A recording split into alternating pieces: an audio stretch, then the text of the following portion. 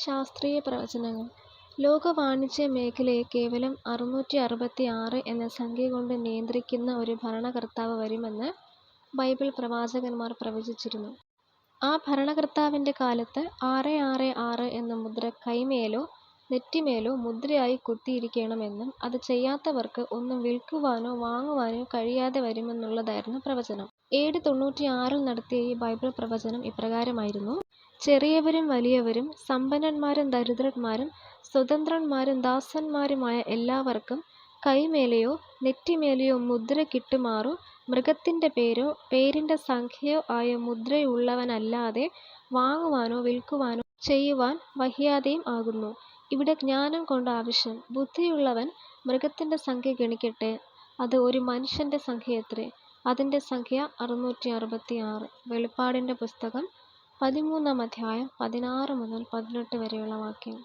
കേവലം ചില സംഖ്യ കൊണ്ട് വാണിജ്യ മേഖലയെ മുഴുവൻ നിയന്ത്രിക്കുന്ന ഒരു ഭരണകർത്താവ് വരുമെന്നുള്ളതായിരുന്നുവല്ലോ പ്രവചനം. അതെങ്ങനെ സംഭവിക്കുമെന്നുള്ള ചോദ്യത്തിന് അന്ന് മറുപടി ഉണ്ടായിരുന്നില്ല. കാരണം അന്നത്തെ വ്യാപാര മേഖലകളൊന്നും ഏകീകൃതമല്ലായിരുന്നു.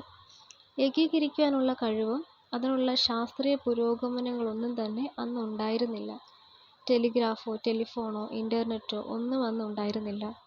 കപ്പ കൊടുത്തിട്ട് അരി മേടിക്കുക, ഉപ്പ് കൊടുത്തിട്ട് തേങ്ങ മേടിക്കുക, കുരുമുളക് കൊടുത്തിട്ട് സ്വർണം വാങ്ങിക്കുക, ഇങ്ങനെയൊക്കെയായിരുന്നു അന്നത്തെ വ്യാപാര രീതികൾ. പിൽക്കാലത്തിൽ നാണയങ്ങൾ ഉണ്ടായി, തുടർന്ന് കറൻസികളുണ്ടായി. സാധനങ്ങൾക്ക് വില നിശ്ചയിക്കപ്പെട്ടു. യന്ത്രങ്ങൾ കണ്ടുപിടിക്കപ്പെട്ടു. വിമാനങ്ങൾ രംഗപ്രവേശനം ചെയ്തു. ടെലിവിഷൻ, ടെലിഫോൺ, ഇന്റർനെറ്റ് ഇവയെല്ലാം സർവ്വസാധാരണമായി. ലോകത്തിൽ എവിടെ ഇരുന്നു കൊണ്ടും വ്യാപാരങ്ങൾ നടത്തുവാനുള്ള നിലയിൽ നാം ഉയർന്നു കഴിഞ്ഞിരിക്കുന്നു. ഇന്ത്യയിൽ ഇരുന്നു കൊണ്ട് അമേരിക്കയിൽ ബിസിനസ് നടത്താം. ഇന്റർനെറ്റിലൂടെ മുഖാമുഖമായി കണ്ട് കച്ചവടം ഉറപ്പിക്കാം. പണമിടപാടുകൾ കമ്പ്യൂട്ടറിലൂടെ നടത്താം. ലോൺ ആവശ്യമുണ്ടെങ്കിലും അത് സംഘടിപ്പിക്കാം. ഇതിനൊന്നും ഇന്ന് അമേരിക്കയിൽ പോകേണ്ട ആവശ്യമില്ല. അമേരിക്കൻ മാർക്കറ്റിൽ വിൽക്കുന്ന ഒരു സാധനത്തിന്റെ വില അറിയുവാനും അത് ചൈനയിൽ ഏത് വിലയ്ക്ക് അല്ലെങ്കിൽ എന്ത് വിലയ്ക്ക് കിട്ടുമെന്നും തിരക്കുവാനും നമുക്ക് ഇന്നത്തെ സാങ്കേതിക വിദ്യ വെച്ച് നമുക്ക് നിഷ്പ്രയാസം കണ്ടുപിടിക്കാൻ സാധിക്കും. ശാസ്ത്രീയ പുരോഗമനത്താൽ ആഗോള വാണിജ്യ മേഖല സജീവമായി ഉണർന്നു കഴിഞ്ഞിരിക്കുകയാണ്. എന്നാൽ ഇപ്പോൾ അത് കുറെ കൂടെ ലളിതമായി, എളുപ്പമായി. കേവലം ചില നമ്പരുകളിലൂടെ വാണിജ്യ മേഖലകളെ കോർത്തിണക്കുവാനും ക്രയവിക്രയങ്ങൾ നടത്തുവാനും സാധ്യമായിരിക്കുന്നു. എവിടെ നോക്കിയാലും നമ്പറുകളുടെ പ്രളയമാണ്. എല്ലാം നമ്പരിനാൽ നിയന്ത്രിക്കപ്പെട്ടിരിക്കുന്നു. Passport number, licence number, ration card number, PAN card number ഇങ്ങനെ മനുഷ്യന്റെ സമസ്ത മേഖലകളെയും തിരിച്ചറിയുവാനും നിയന്ത്രിക്കുവാനും ചില നമ്പരുകൾ മാത്രം മതി. കോടിക്കണക്കിന് ആൾക്കാരാണ് ടെലിഫോണിലൂടെ സംസാരിക്കുന്നത്. എല്ലാം നമ്പരുകളാൽ നിയന്ത്രിതമാണ്. എന്തിനേറെ, ആശുപത്രിയിൽ രോഗിയായി കിടക്കണമെങ്കിലും നമ്പർ ആവശ്യമുണ്ട്. ഇനി നമ്പരുകളില്ലാത്ത ഒരു കാലത്തെക്കുറിച്ച് ചിന്തിക്കുന്നത് അസാധ്യമാണ്. എന്നാൽ ഇങ്ങനെയുള്ള നമ്പരുകളൊന്നും ഇല്ലാതിരുന്ന കാലത്താണ് ബൈബിൾ പ്രവാചകൻ നമ്പരുകളാൽ നിയന്ത്രിക്കപ്പെടുവാൻ പോകുന്ന വാണിജ്യ മേഖലയെക്കുറിച്ച് പ്രവചിച്ചത്. കേവലം 100 വർഷങ്ങൾക്ക് മുൻപ് ജീവിച്ചിരുന്നവർക്ക് ഈ പ്രവചനം മനസ്സിലാക്കുവാൻ പ്രയാസമായിരുന്നു. എന്നാൽ ഭാഗ്യവശാൽ നമുക്ക് ഈ പ്രവചന നിവൃത്തികൾ, സാധ്യതകൾ, ശാസ്ത്രലോകം എന്നിവയൊക്കെ വ്യക്തമാക്കി മനസ്സിലാക്കുവാൻ സാധിക്കും. എതിർക്രിസ്തുവിന്റെ ഭരണകാലത്ത് 666 അല്ലെങ്കിൽ 666 എന്ന നമ്പർ നെറ്റിയിലോ കൈമേലോ മുദ്രയായി കുത്തണമെന്നുള്ള നിയമം വരുമെന്നാണ് ബൈബിൾ രേഖപ്പെടുത്തിയിരിക്കുന്നത്. ഇപ്പോൾ തന്നെ അത് ചെയ്യുവാനുള്ള സാങ്കേതിക വിദ്യ ശാസ്ത്രം വികസിപ്പിച്ചെടുത്തിട്ടുണ്ട്. പാസ്പോർട്ടുകളിലും മറ്റ് രേഖകളും നാനോ ചിപ്പുകൾ ഇൻസ്റ്റാൾ ചെയ്യുവാൻ കഴിയും. ഇങ്ങനെയുള്ള ചിപ്പുകൾ നെറ്റിയിലോ കൈയിലോ വൃത്തികേടില്ലാത്ത രീതിയിൽ തിരിച്ചറിയാൻ കഴിയാത്ത വിധം തുന്നിച്ചേർക്കുവാൻ കഴിയും. ഇന്ന് തുന്നലിന്റെ ആവശ്യമില്ല. കേവലം ഒരു സ്കാനറിന്റെ സഹായത്തോടുകൂടെ ചിപ്പിൽ ഇൻസ്റ്റാൾ ചെയ്തിരിക്കുന്ന രേഖകൾ സ്ക്രീനിൽ കാണുവാനും കഴിയും. രേഖകളൊന്നും കയ്യിൽ കൊണ്ട് നടക്കേണ്ട ആവശ്യവും വരുന്നില്ല. നാനോ ചിപ്പുകൾ ഇൻസ്റ്റാൾ ചെയ്യുവാൻ മനുഷ്യ ശരീരത്തിൽ ഏറ്റവും പറ്റിയ സ്ഥലം വലം കൈയോ നെറ്റിയോ ആണെന്ന് സയന്റിസ്റ്റുകൾ അഭിപ്രായപ്പെടുന്നുണ്ട്. എതിർക്രിസ്തുവിന്റെ ഭരണകാലത്ത് തന്റെ ഔദ്യോഗിക നമ്പറായ 666 എന്ന നമ്പർ കൈയിലോ നെറ്റിയിലോ കുത്തിയിരിക്കണമെന്നുള്ളത് നിയമമാകുകയും ചെയ്യും. അതില്ലാത്തവരെ ചാരന്മാരായി ഗണിക്കും. അവർക്കൊരു സമാധാനവും ഉണ്ടാകുകയില്ല. മാത്രമല്ല അവർക്കൊരു സാധനവും വാങ്ങുവാനോ വിൽക്കുവാനോ സാധിക്കുകയുമില്ല. ഇന്നത്തെ സാഹചര്യത്തിൽ ഈ നിയമം കൊണ്ടുവരാൻ യാതൊരു ബുദ്ധിമുട്ടുമില്ല. കാരണം ഇപ്പോൾ തന്നെ എല്ലാവർക്കും നമ്പറുകളുണ്ട്.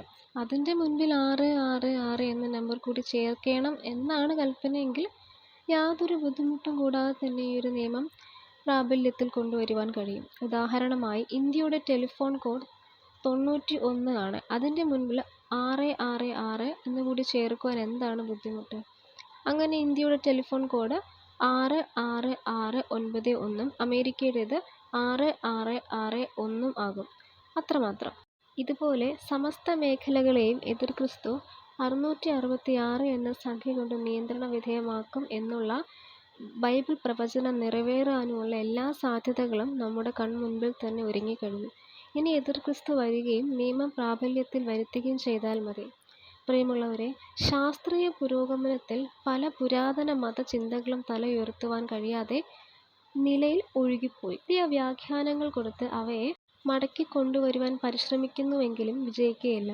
കാരണം തെറ്റ് എപ്പോഴും തെറ്റ് തന്നെയാണ്, ശരി എപ്പോഴും ശരി തന്നെയാണ്. എന്നാൽ ബൈബിൾ ഒരു പ്രവചനം നടത്തുമ്പോൾ അത് 100% നടക്കുവാൻ സാധ്യതയില്ല എന്ന് തോന്നുന്ന കാര്യങ്ങളായിരിക്കും. ആദ്യം കേൾക്കുമ്പോൾ നമുക്ക് വിശ്വസിക്കാൻ പ്രയാസമാണ്, ഇതെങ്ങനെ നടക്കും, ഇതൊരിക്കലും നടക്കാൻ പോകുന്നില്ല. പക്ഷേ കാര്യങ്ങളോട് അടുക്കുമ്പോൾ അത് ആ ചിന്തകളൊക്കെ മാറുമെന്നുള്ളതാണ് സത്യം. ആ ഒരു പ്രവചനം ആ സമയമാകുമ്പോൾ നിറവേറാനുള്ള എല്ലാ സാധ്യതകളും മുന്നിൽ കണ്ട് അത് അവസാനം അത് അങ്ങനെ തന്നെ സംഭവിക്കുകയും ചെയ്യും. എത്ര അത്ഭുതവും അതിശയകരമാണ് ബൈബിൾ പ്രവചനങ്ങളെന്ന് അന്ന് നമുക്ക് മനസ്സിലാവും. പ്രിയമുള്ളവരെ, ദൈവത്തിനെതിരായി, ദൈവത്തിൻ്റെ കൽപ്പനകൾക്കെതിരായി പരസ്യമായി വെല്ലുവിളിച്ചുകൊണ്ട് ഭരിക്കുവാൻ പോകുന്ന ഒരു ഭരണകർത്താവാണ് ഈ എതിർ ക്രിസ്തു. അവൻ കൊണ്ടുവരുവാൻ പോകുന്ന 666 എന്ന മുദ്ര ദൈവത്തിനെതിരായ ഒരു വെല്ലുവിളിയാണ്. അതിനാൽ ദൈവവിശ്വാസികൾ ഈ മുദ്ര നെറ്റിമേലോ വലംകൈയിലോ കുത്തുകയില്ല. അതിനാൽ അവർക്ക് വലിയ പീഡനങ്ങൾ ഉണ്ടാകേണ്ടി വരും. അത് സഹിക്കേണ്ടതായിട്ട് വരും. യാത്ര ചെയ്യുവാൻ ഒരു ടിക്കറ്റ് പോലും ലഭിക്കാത്ത അവസ്ഥയായിട്ട് വരും.